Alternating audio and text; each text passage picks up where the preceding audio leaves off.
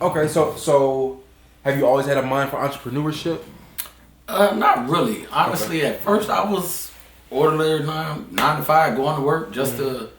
I didn't want to really take the risk until I got about 21. Okay. That's when I say, yo, like, even if I'd be straight and narrow, people are not. I'm at a disadvantage. Right. We're not meant to survive in this day of time, man. So I'm like, I'm at a disadvantage. Even if I give 110%, the 110% gonna be looked at as a quarter of it. Yep. So that's why I'm like, nah, let me go in there where I'm the master of my future. You can't determine what I can do and what I can't do. And a part of it was like when I was in college, I had dreads. And I wanted all the tattoos. So I wanted to prove to them, yo, I'm gonna be very educated, but I look like a regular street thug. So I want you can't tell me what I look like, but I got every credential to get in wherever you can. Yeah.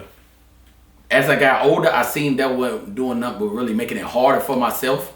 It was making it hard on myself. So, I mean, I changed with the times, but I still didn't change the mindset. I made a change on the outside, but never in the inside. I love that.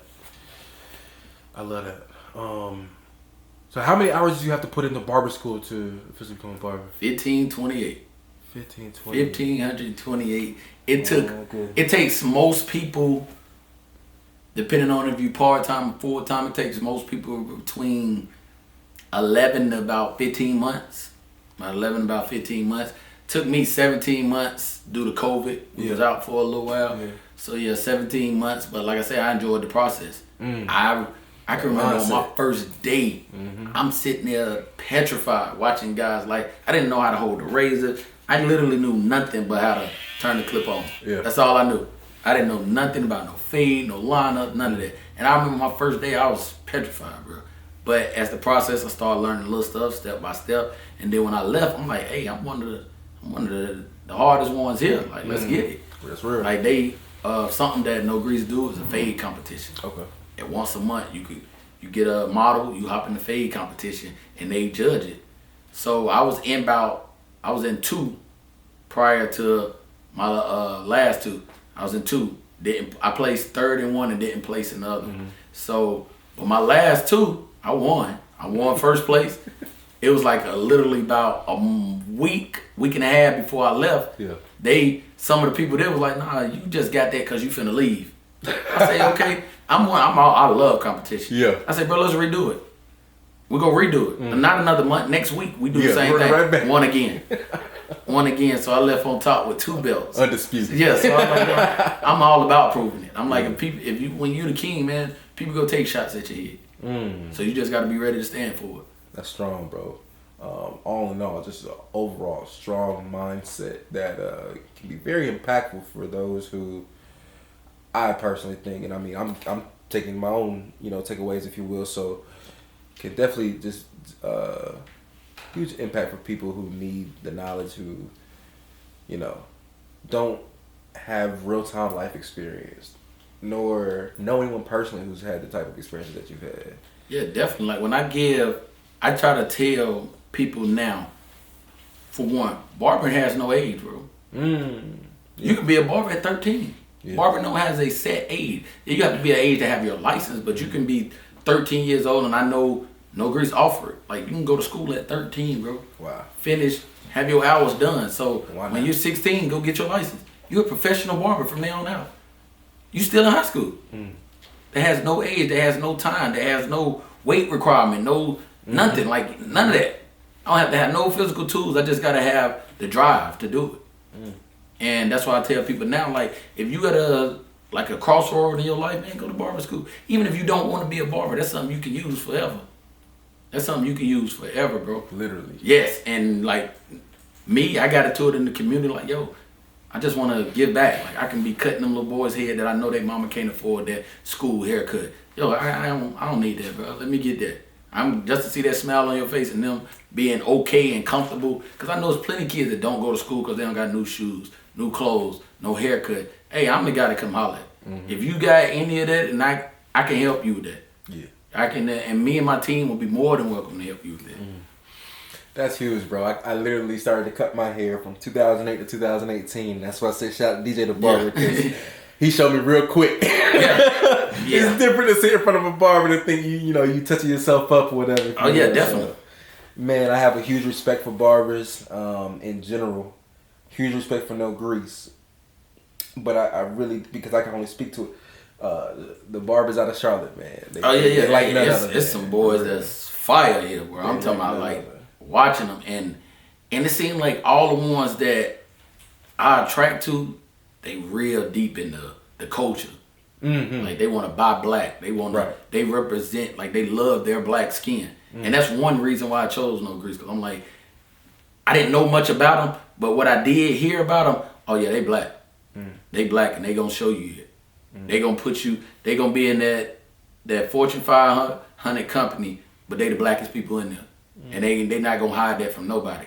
As the black face, as the represent. So I'm like, yeah, that was a real big part. I'm very cultural on that. Like if you go to my house, I have a whole Black Lives Matter wall. Like that's everything that I represent, man. I'm real black into it, and it not only came from what's going on now. Like I say, it planted the seed with Tupac. That's been my favorite rapper and always gonna be my favorite rapper. And then it just escalated with Nip. Yeah. Like these is guys that's showing you, yo, buy black, create black fortune, like everything. Stop going out there and giving that dollar to that Asian family. That's building their family. Yo, give it back to your hood. So that's why I tell any of my homeboys or friend girls that have lines or anything from candles to scents to clothing. Yeah, I'm there. I'm buying black. I want that. For facts. Give me your last takeaway. Biggest gem you could give to, I don't want to be too hypothetical, but you're talking to a kid who's in the streets and he shows some signs of openness to change on the different side of life. What do you tell that kid?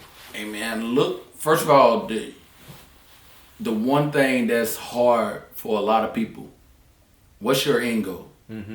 What's your end goal? What's your motivation? Whatever your motivation is, get behind it, bro. You're not going to be perfect off the rip. Yep. Like just find the motivation, whether it can be something small. It can be the dollar, because that's most people's motivation. Absolutely. If that's your motivation, find something that's going to make you that dollar legally and continue and just build it. But and me, it was my family. It was my family. It was my mama and my sister. Like I say, we grew up in single mom, me and my sister. We jumping house to house, couch to couch. Like we grew up in the slums. So and to watch my sister not only excel from that, she graduated from West Charlotte with honors. Now she's at Shaw University, and like that broke me down, because like I was not only her brother, I was her father figure. So that's my motivation. Like my son with me spiritually every day, but them two right there, I look at them as my kids. So I did everything. She don't know, but I cried when she graduated. Like I watched my little sister go through hell more than me. I watched her go through hell, and she overcame all that. And my mama not only didn't give up through all the situation, as my little sister dad, he died. So my mom lose her child's father. Then she loses her only grandchild. Her son being shot. She not having the means to provide at times. And that lady still is strong. That's my best friend to the day. So like that was my motivation. So anything that I can put them in a better situation, that's all it is. And to them kids that's in those situations, yo, look at what's in front of you. It ain't gotta be nothing for you. I'm sure y'all have brothers, sisters, moms, dad. That's your motivation, to have a better life for them. So if you're willing to change, it's gonna be some bumps, it's gonna be some bruises, it's gonna be some uncomfortable stuff. But you gotta get comfortable with being uncomfortable. And like I say, if I can help in any way, I can't do everything, but I can definitely put you around some people that not only help me, but can probably help you more. So yeah, I tell all them young guys, hey man, you ain't gotta do it, bro. You ain't gotta do it. It's more than enough opportunities out here. Like I say, like my personal motivation is not money. Even though I ain't come from money, that's not money. Of course I want to have enough to be able to do what I need to do when I need to do it, but that's not my motivation, seeing, oh, let me get every dollar now. My motivation is to seeing that smile, giving back, and know that when I leave, hopefully I can be talked about as the Nips. as the Tupacs. Like, well, yo, he gonna live forever, regardless. And I do that throughout my son. Like, I knew my son was gonna be big. But I had to get through the process that, yo, God didn't do nothing wrong. That was just, and when that happened to my son, I never forget. Pastor told me, he said he was never yours. God lent him to you just to change you. He might have saw you going down the wrong path, but he gave you that just to change you. He seen his work was done. Now I'm gonna bring him back home. So, and I lived through that. I was like, yeah. So every day I gotta continue. That's my motivation still. Watch my mom, watch my son, and watch my little sister. I want all of them to be proud of me, and not only them, but my team. I want my team to be proud of me. Everybody. So, and when as long as I can help you out, man, that's literally everything. Giving back. That's real, bro. That's real.